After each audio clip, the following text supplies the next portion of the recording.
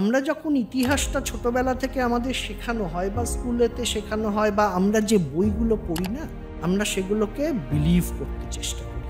বিলিভের স্পেলিংটা কি? BELIEVE। তার মধ্যে দেখুন একটা LIE আছে। হ্যাঁ, এক্স্যাক্টলি। তাহলে আমাদের বিশ্বাসের মধ্যেও একটা মিথ্যার জায়গা লুকিয়ে থাকতে পারে। পিসি সরকার জুনিয়র আমার ঘরেতে বসে, আমার ঘরটার নাম হচ্ছে ইতিহাস আড্ডাটোরিয়াম। পিসি সরকার সেখানে বললেন যে বইগুলোকে ছুঁড়ে ফেলে দেয়। পিসি সরকার ইজ আ গ্রেট হিস্টোরিয়ান, যেটা আমরা জানি না। উনি করে বলেছিলেন যে ইতিহাসের বইগুলো বিশ্বাস করবে না, কারণ ইতিহাসের বইটা কোনো একজন লিখেছে। সে বায়াসড হয়ে লিখেছে কি আনবায়াসড হয়ে লিখেছে সেটা আমরা জানি না।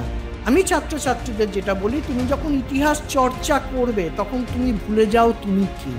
তোমার কোনো জাতি নেই, ধর্ম নেই, বর্ণ নেই, কোনো দেশ নেই। তুমি যখন এরকম একটা নিরেট জায়গাতে এসে পৌঁছবে তখনই তুমি একমাত্র নিরপেক্ষভাবে ইতিহাসকে জাজ করতে পারবে এবং যে কোনো ক্যারেক্টার ইতিহাসে, সেটা যেই হোক না কেন, তার জায়গায় নিজেকে প্লেস করবে। সে যে কাজগুলো করেছিল সেটা ঠিক না ভুল, তুমি হলে কি করতে কোনো অন্য অপশনস ছিল করার? If not, then what the person had done is justified.